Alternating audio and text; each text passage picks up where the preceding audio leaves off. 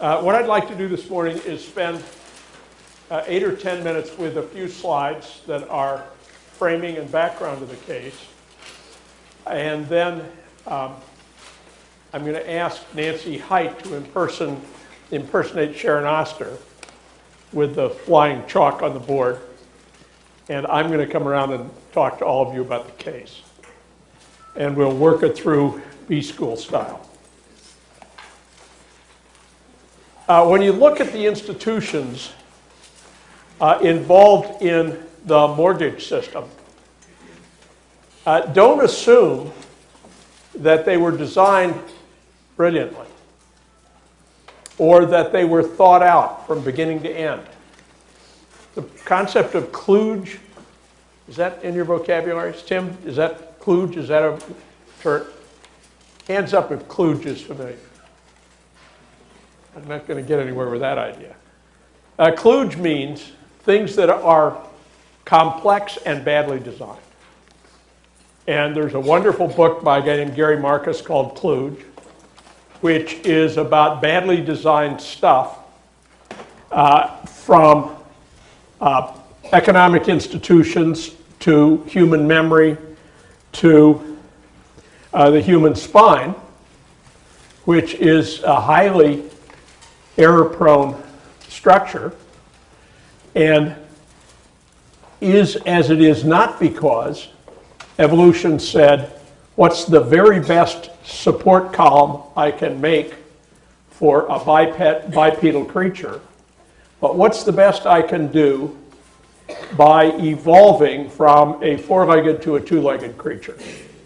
And the spine shows all kinds of design imperfections that are attributable to the fact that it evolved in a horizontal plane and then was readapted in a vertical plane.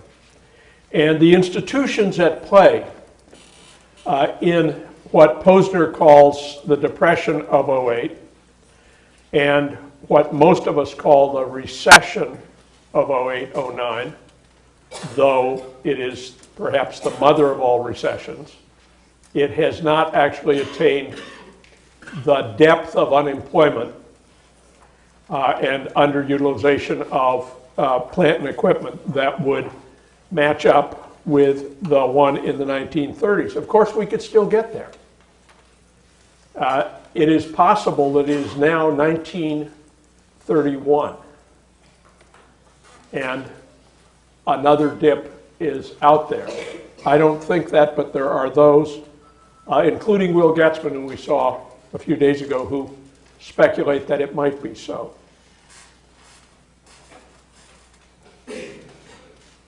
This is a cast of characters for subprime lending.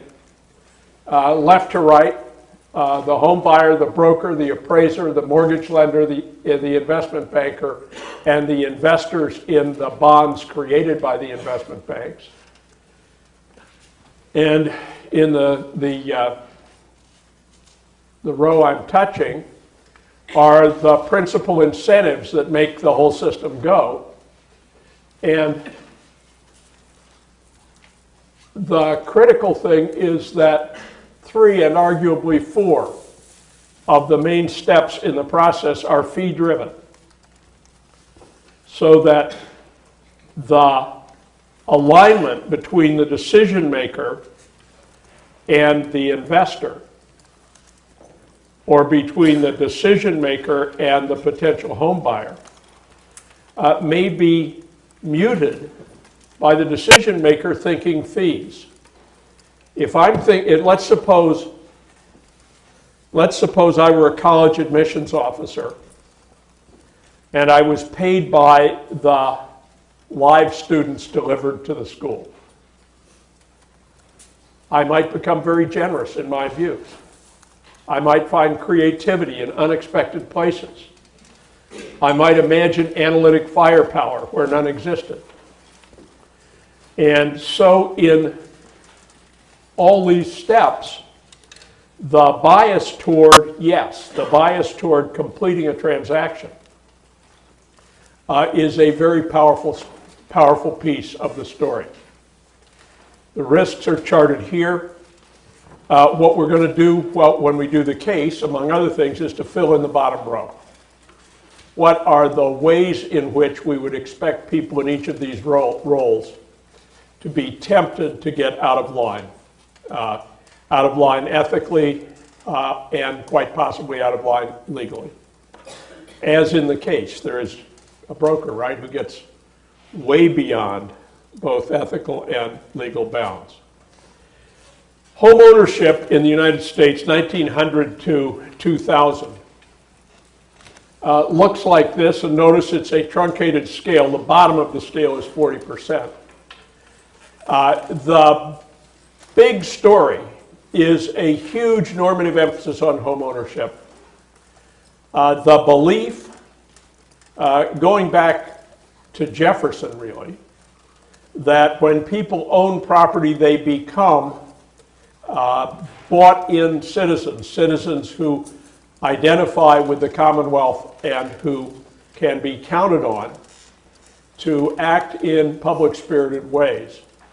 And there's a great run-up in home ownership between World War II and the 1980s, and it is fueled by a very profitable mass development of suburban housing. It is financed by FHA and related government entities, and it is rewarded by the Internal Revenue Service tax code, which gives a strong incentive for people to take out mortgages on a principal residence.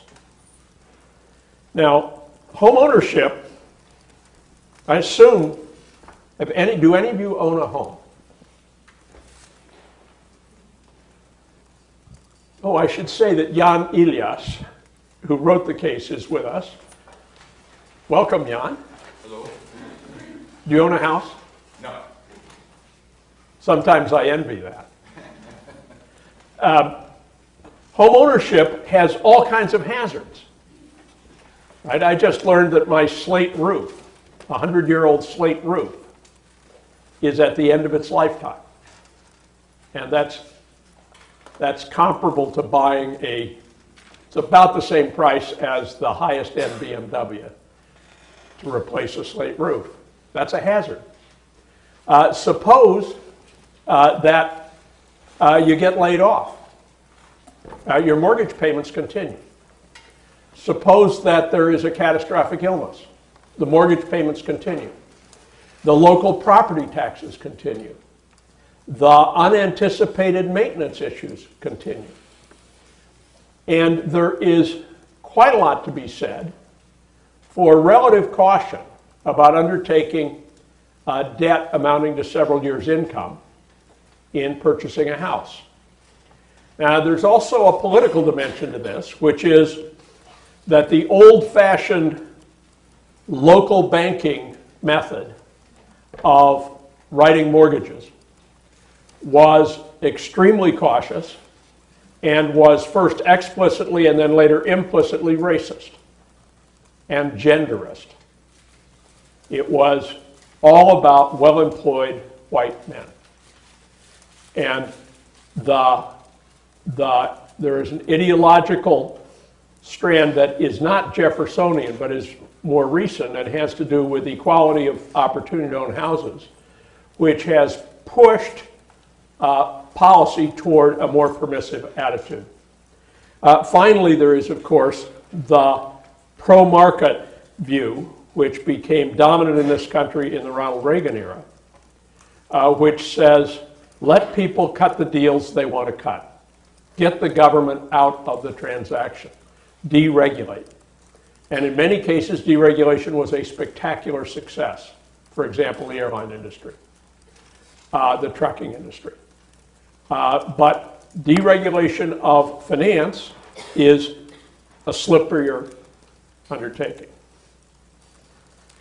History of home values here.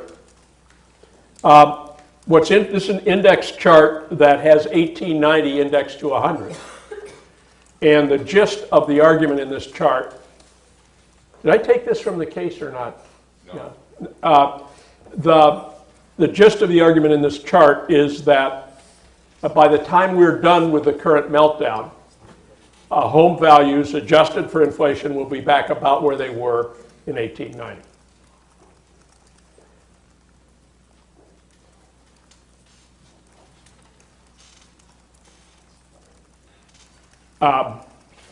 This is a map of Philadelphia, and it's a historically interesting map.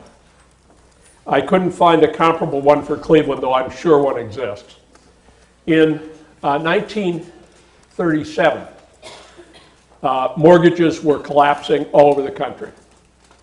And the Roosevelt administration pushed through Congress a piece of legislation called the Homeowners Loan Corporation, HOLC, Homeowners Loan Corporation.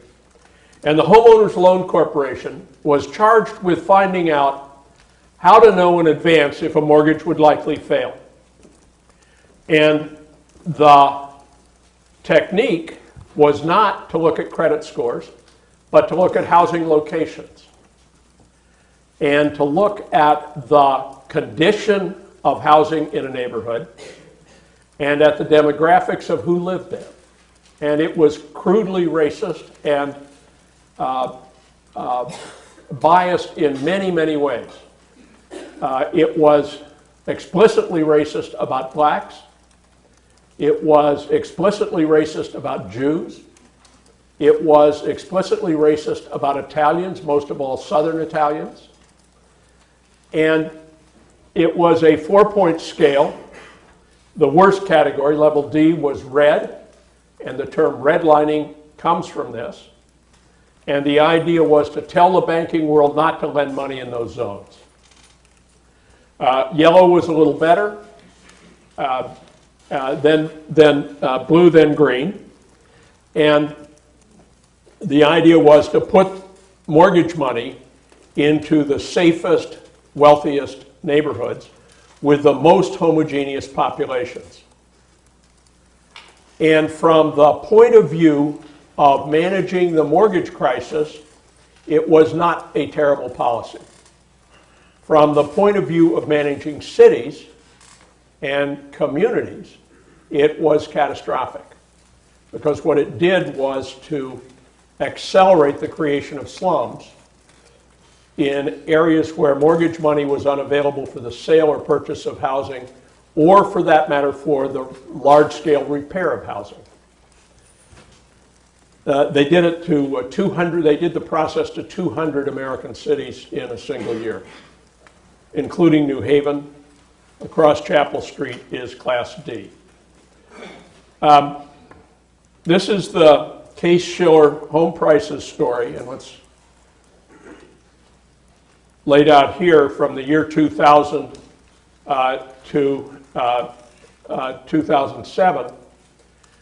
And this is when Getzman talked about Case-Shiller being a reassuring data series. If you look at it between here and here, if you look at a 5-year period or even a 6-year period, it looks like a process of continued appreciation in home prices. And there was nothing in the data that would have, given conventional econometric models, would have triggered the suspicion that the end was nigh. The chart is also interesting because Cleveland is this line. And so that Cleveland is a less extreme story in price appreciation than the cases everybody talks about, which were Miami and Las Vegas and Los Angeles. This is the same story shown in year-on-year percentage change. And it actually doesn't add much to our knowledge. I'm going to skip it. This is Cleveland. Price appreciation from 2000 into 2007 compared with the country at large. And the gist is that Cleveland was not a hot city. And it is in that respect, I've missed a chart here. There's a huge story about Northeastern industrial cities. By which I mean virtually all the cities from St. Louis on the left side to Boston on the right side. They all had their takeoff in the middle of the 19th century. They were all going almost vertical in the years 1850 to 1900, 1910. By 1920, their growth rates slowed down almost to zero, and were fluctuated wildly during the Depression years, recovered briefly in World War II, and then went sharply south from 1950 on. New Haven's case, the strength of the inner city economy forms an almost perfect arc, with the starting point in 1840, the peak in 1950, and the bottom in about 1990. And there's actually been a little bit of recovery since. But Cleveland is a classic industrial city. It is the place where Standard Oil set up its first large refining plants.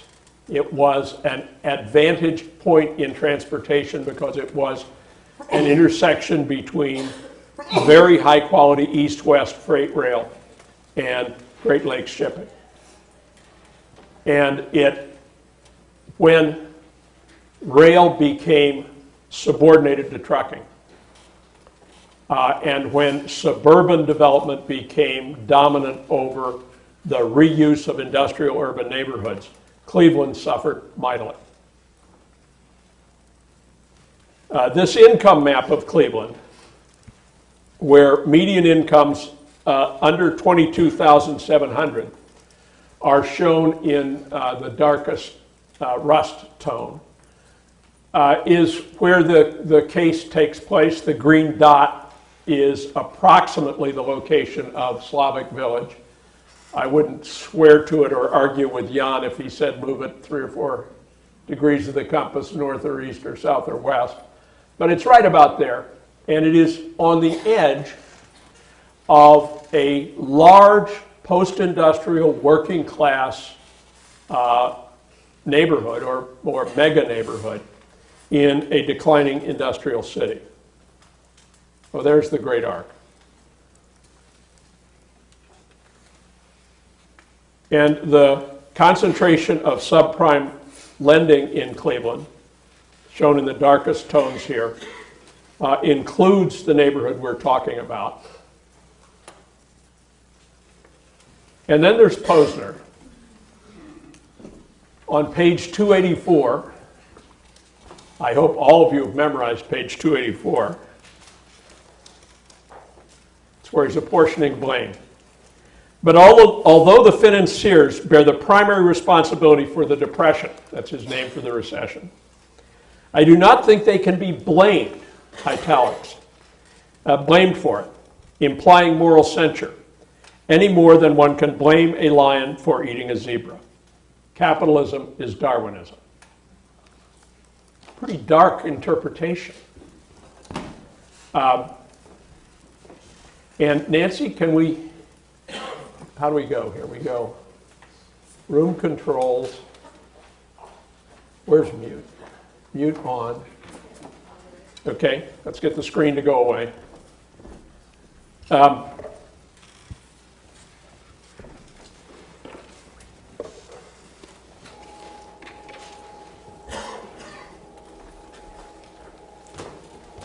Yep, thanks.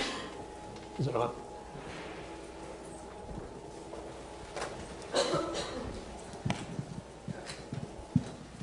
Is it Jennifer? Yes. It's the trouble with letting me learn your name. You get cold called. There's a story in this where a local broker ends up being sentenced to prison. Do you remember that part of it or not? Okay, Mark. Can you give us a little recap on Mark? Mark Kellogg submitted fraudulent data for about 70 homes or somehow ended up, I'm not sure the process of flipping a house exactly, but he did it to about 70 homes and they all ended up defaulting on the loans, the people that he sold it to. Okay, so Mark's sin would be what? Let's try somebody else. What's Mark? Well, if Mark were a relative of yours and you had to have Thanksgiving dinner with him while he was on furlough from Ohio State Penitentiary, what topic would you want him to reflect on?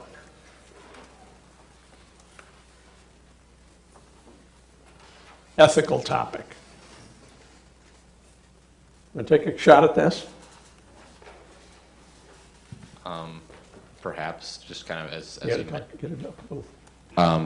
you just kind of mentioned with the topic of kind of preying on zebras, perhaps something like that, and that kind of using a position to kind of benefit from people at a much kind of like lower position than you, and kind of to their detriment and to your gain. Okay, so the buyers on your telling are zebras.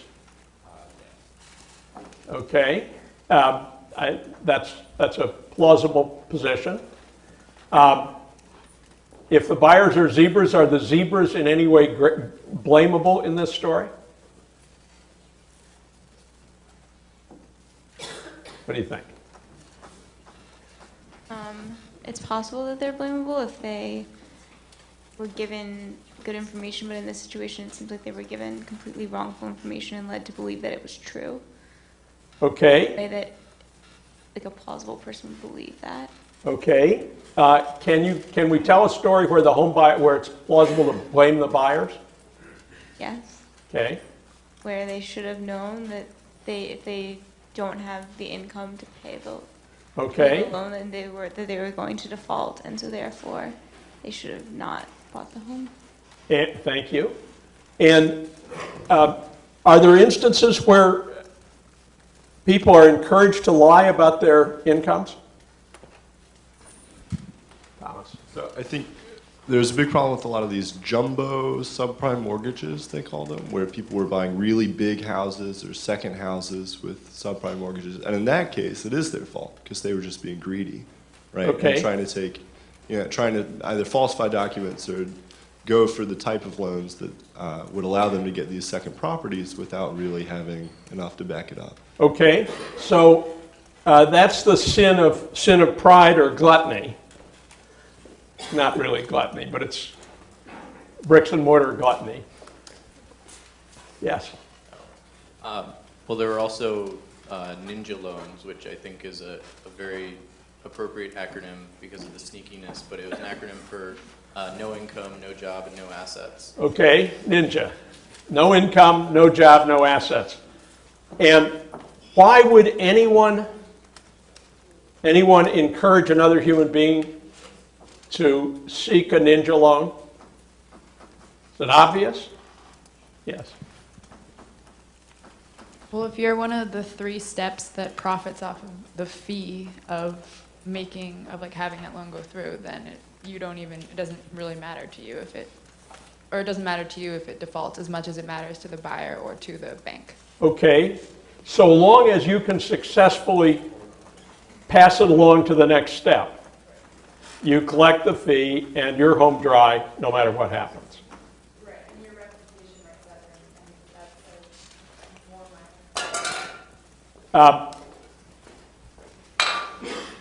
Okay, now let's stop and see what we got for a diagram here, Sharon. Unpack your diagram. Okay, so I guess this I knew you'd be good at diagrams. our game of Pictionary. So I'm trying to map out what exactly went wrong, and I would start with a home and the Slavic community, and then I would end maybe here with like Bank of Scotland, and between quote unquote Joe's six-pack, purchasing a home with $22,000 yearly income, which was the average I saw, that was misrepresented as being worth about $80,000 from the broker who works with a. That I figured we could have everyone fill in the parts for me. Like how do we get from the home to the international crisis? Okay, And- so who's the, do we have another mic or not? Yeah. What's the next step in the chain to the right of broker here?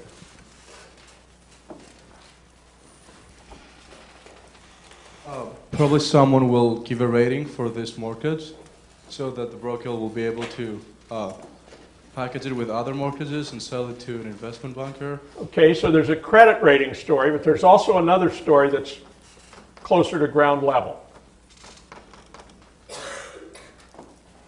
Concerns the house itself. So we need an evaluation of the house, like what the house value is. Okay, and thanks. And there's a saying in real estate, appraise as instructed. And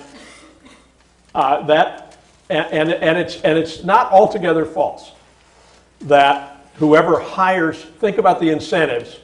You're an appraiser, and Tal here hires you to do an appraisal, and you're going to get a fee of $1,100 for doing it. And Tal lets it be known that he thinks this house really ought to be worth something north of $200,000. And you go out in the field, do the comparables, and the number comes up at 140. Tim, what thought might cross your mind if you were, I understand in your case it of course wouldn't, but in, say, my case. It might cross your mind to trust Tal and just go with the $200,000 prediction. Okay, and the second step in the reasoning is? No one will ever know. No one will ever know, and next time Tal goes to the Yellow Pages for an appraisal, Come to you. he'll come to you, or he's more likely to. He's a damn sight less likely to if you undercut his deal. I'll tell you a Yale story about appraisals. When I was in city government, we leased High Street and Wall Street to Yale for 99 years. We were broke. We needed money. And the mayor sat down with Benno Schmidt. And Benno said, well, the university will handle the appraisal for you. And they did. The two streets together leased for $1 million for 99 years. It should have been a lot more than that. And there were those in city government who thought I was the guy who got the number that low. I was actually pulling hard on making the number at least 1 0 or a 0.5 higher. It allowed the law school to build that gorgeous underground library because the ground rights went with the streets. And so appraise as instructed is an important component in this story. So we got the appraiser there. So who else is involved and what are their incentives? What's the top?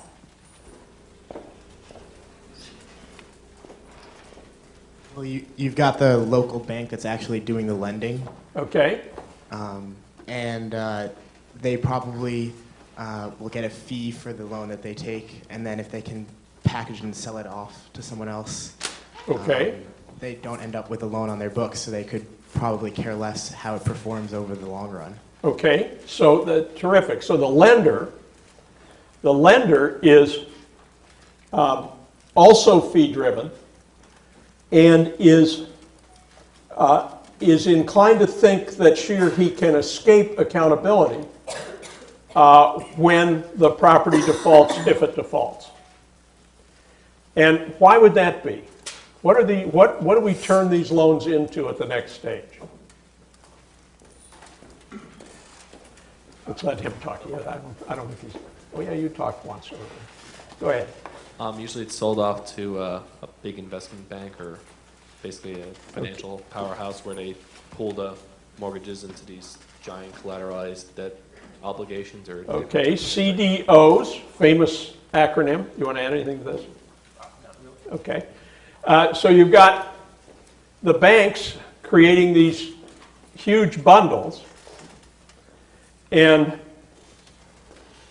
the bundles, what story could you tell to say that bundling these mortgages from all across the country might be a good thing from the economy's point of view?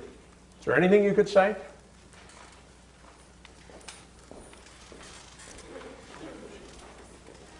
It diversifies the risk for Okay. taking them out. It diversifies the risk. Say a little more. Well, presumably the people who are packaging them can take out a bunch of, do a lot of financial analysis and determine that the risk of the number of defaults would be lower than the benefit of the people actually paying their loans back. So the people who take out the package would have a favorable risk return. Okay. And were you about to say something? I think it also increases the market of potential buyers, because now rather than owning the mortgage and having to deal with an investor one-on-one, you have a pooling and servicing agreement that has a company as a servicer who handles all the collection of payments and distribution of money to different investors. Okay, so you've got an institutional mechanism that makes this work relatively smoothly. And you're interested, when you create these bundles, in having the risks have relatively low correlation with one another. What would be a bad bundle is one where we can know that some of the mortgages are defaulting and infer from that that lots of others are likely to default. And a bundle that was geographically concentrated on Slavic Village, for example, would have that second characteristic, and that would be a bad thing. So there is a story about risk management that makes that work. Now, are the agencies like Moody's, these outfits that judge creditworthiness of companies and other financial intermediaries, are they in this story anywhere? I don't know if they... Jan, does Moody's get into your case? I don't think I found it. Just as a kind of footnote, they're rating the CDO. Okay, so everybody know what Moody's and its rivals do? Anybody want to help us with that? Way in the back. Far back, here it comes.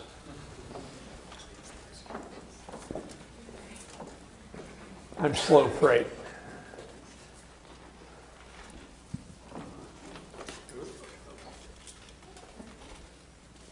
Moody's and its rivals are essentially collect a fee from anyone who wants to spin off an asset or a debt obligation to actually rate the soundness of the security for whatever it's supposed to be. They sign a rating like AAA or single. Okay, and if I'm Yale is what was AAA, and I think we're now AA. What's a AAA? What's the advantage of a AAA rating? If you have a higher rating, then that means you can get a lower cost of capital. So if you actually want to raise some money, Okay. you can raise it for a lot less, Okay. a lower interest. So it reduces the cost of capital, and it therefore has great value to you. Now, if you could bribe Moody's, if you were completely amoral, and you could bribe Moody's to make something AAA when it was really B, it would be worth paying a lot, right? The actual economic value of those ratings is huge. What keeps Moody's honest?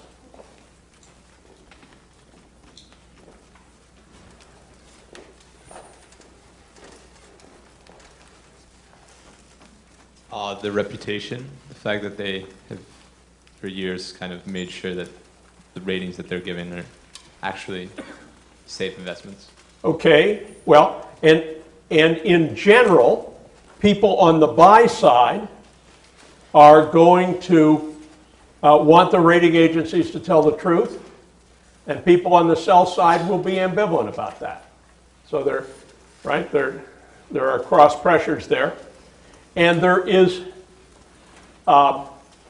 patent evidence of great inflation in the ratings that these firms produce. Does that surprise you? Paul? Not really, no, because they get paid by the sell side, not by the buy side. Absolutely. So they are in a sense appraising as instructed. And that's a pretty scary part of this whole thing.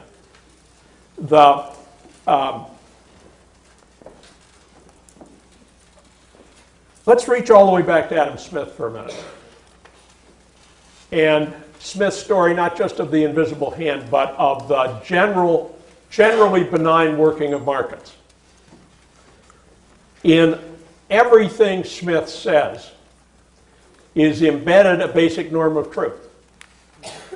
That I'm not selling you a false mirage of a loaf of bread, I'm selling you an actual loaf of bread.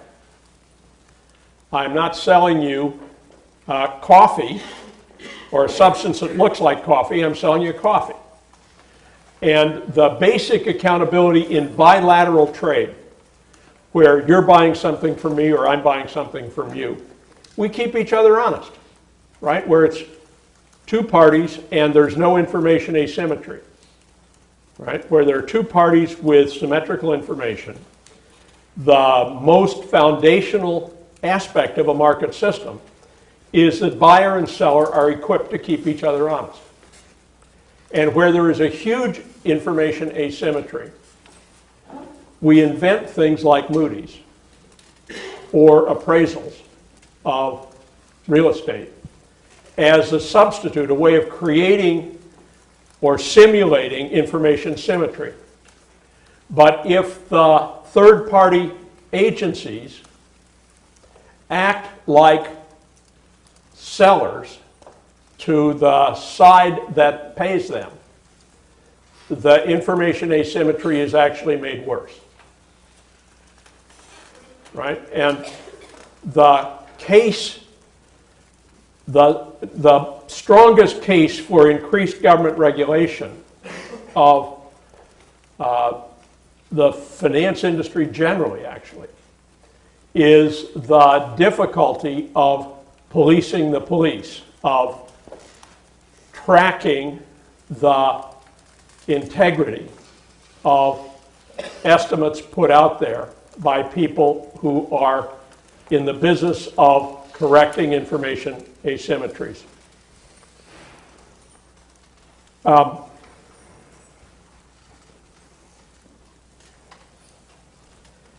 Jan, are there aspects of the case that you would urge us to pay greater attention to? Wow. Well, first of all, on the kind of AAA story, and this may not be in the case per se, but it's certainly part of the thing. Not only is there a nice little boost to the cost of capital if you get rated AAA, but there are certain funds and certain buyers, like money market funds and other funds, that only can buy AAA bonds.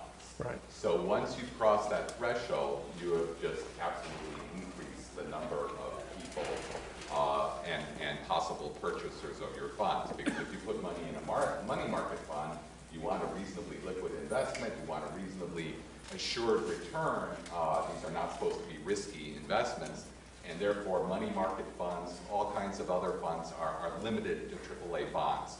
So getting to that AAA level was really important. To say something, even though I'm not a big fan of their performance in this case, but in terms of Moody's and Fitch and everything, the collusion there doesn't have to be explicit collusion in the sense that if I give you this bond to rate, I will never rate your bond again unless you give me the AAA rating. What happened in this case is Moody's and Fitch and others put out fairly explicit guidelines on what they consider to be AAA. So you're the bond packager at the iBank, and you're bringing together all these mortgages, and you say, I have to reach a kind of 15% threshold level where it's 15% over collateralized.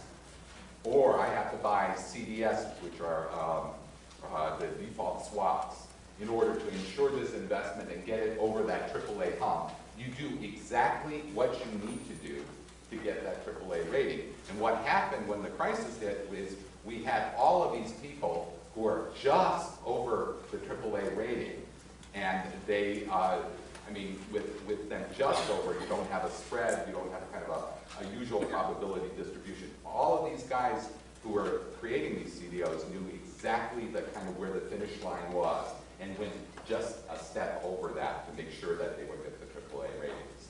So the fact that they were not very well understood, that kind of the historic data went back 3 years, and they felt very confident in doing stuff with 3 years of data, I think that's kind of an interesting way, because when you're looking for active collusion, you expect guys in CD bars, trading kind of information and dollars in brown paper envelopes. And sometimes it's not that explicit. There are ways of gaming the system without having anyone do anything that even resembles something that's sketchy. So it may be that legitimate cheating in a good blue suit, is more dangerous than cheating in a seedier setting with seedier or putting all your faith in a formula that's really untested by a heck of a lot of data. Maybe also a bad idea. And to go on, I'm actually kind of surprised, given that we're at an elite university with lots of people with connections to Wall Street in some way or another, that everyone thought the zebra was the people buying the houses. If you look at the data, and you have Mark Kellogg's kind of purchase list there, if you look at the data, you begin to notice not only is there a pattern in who the appraiser is, but there are patterns as to who the buyer is. We have this one buyer here, and I'm just looking at it, in a 4-year period, bought 5 houses, 6 houses, all with the same broker, all with the same appraiser. We go down, and there are others that 7 or 8 times. Just look at the names, and they repeat themselves. So I would put the question back here: who's the lion and who's the zebra in this case? Was it the iBanks? I mean, they were relying on these folks in Cleveland to do a reasonable job in appraising, in putting out the thing, and in the end, that's what went into those formulas that I was talking about. The fact that, okay, you have houses that are appraised at this much, and historically they default at, let's say, a 10% rate, but they didn't take into account the fact that you have people who are just jiggering the system. I mean, going in a 6-month period, buying a house at $25,000, selling it at $85,000 with no evidence of any remodeling. And it just goes on. You can go through, the Excel sheet is actually kind of fascinating if you want to kind of play kind of junior detective, if you want to see how these kind of patterns in the data, and you can look at the data and go, this can't be right. This really can't be right in terms of who's selling and how much they're selling the things for. And especially when you look at the story, Cleveland wasn't a hot market. And you can't come up with a story like you might for Miami or Las Vegas and say, well, a lot of old people are going to move here, and that's the reason land values are going up. You can't come up with a story like that for Cleveland. I mean, it's a wonderful town, don't get me wrong, but there isn't... Worse yet, they've got the Indians and the Browns. Yes. And they have the Rock and Roll Hall of Fame, but there's really, it's hard to come up with a story. So why are we getting this kind of occurrence and so on? So, that's a point I made. So one thing that I saw was I felt like the zebra really represents potential profits and economic profit more than an individual in itself. So if you look from each of the actors' point of views, the zebra is really what the profits that they're going after under the system that's set up. So rationally, each player is acting in their own best interests, but in the end, the big picture ends up where it hurts the system as a whole. And so I think that it's very easy to want to put blame on a specific party or a specific group, but it's just very difficult to do because everybody's working under the incentives that has been created for that party. And may I offer another potential zebra to consider, which is the folks, let's say you're buy one of these houses, and the house next to you has been bought for $25,000, sold for $85,000 with no visible improvements. You bought your home for $30,000, you put another $40,000 into it, you have a legitimately $70,000 house. How are you going to feel when that house next to you gets boarded up and goes into foreclosure because someone has been playing the appraisal game? So there's an externality here to consider too in the overall community. So, who's got an idea about how to fix all this? Would it be drumming truth-telling into 3-year-olds? Would it be, yes? I think there's a huge gap in government oversight, particularly with regard to the ratings. When Moody's is, although they have the cross pressures that you talked about, but when Moody's is being paid by one side and not the other, and even if we assume that they're all inflated and therefore must interpret them to be sort of suspect, without some third party that's completely disinterested, like the government, coming in and telling you how to rate it, you're not going to get truthful ratings, and therefore the whole system falls apart from the top. Yep, that sounds right. One of my own inclinations would be to compel the initial lenders to hold a given percentage equity in each loan, so that they can't utterly ignore the probability of default. On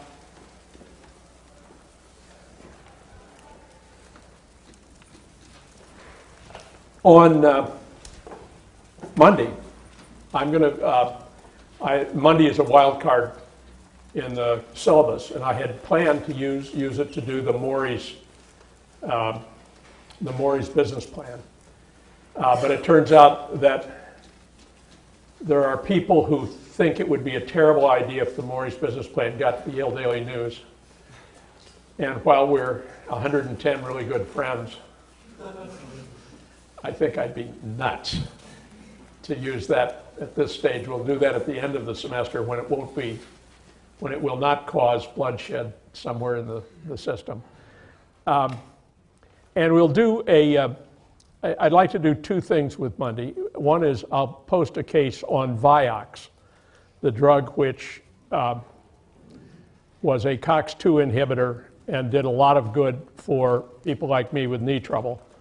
But it killed a few of them. And there were hard feelings and a vast avalanche of lawsuits. And we'll look at that. I'm also going to post Federalist Paper number 10. Hands up if you've read Federalist 10?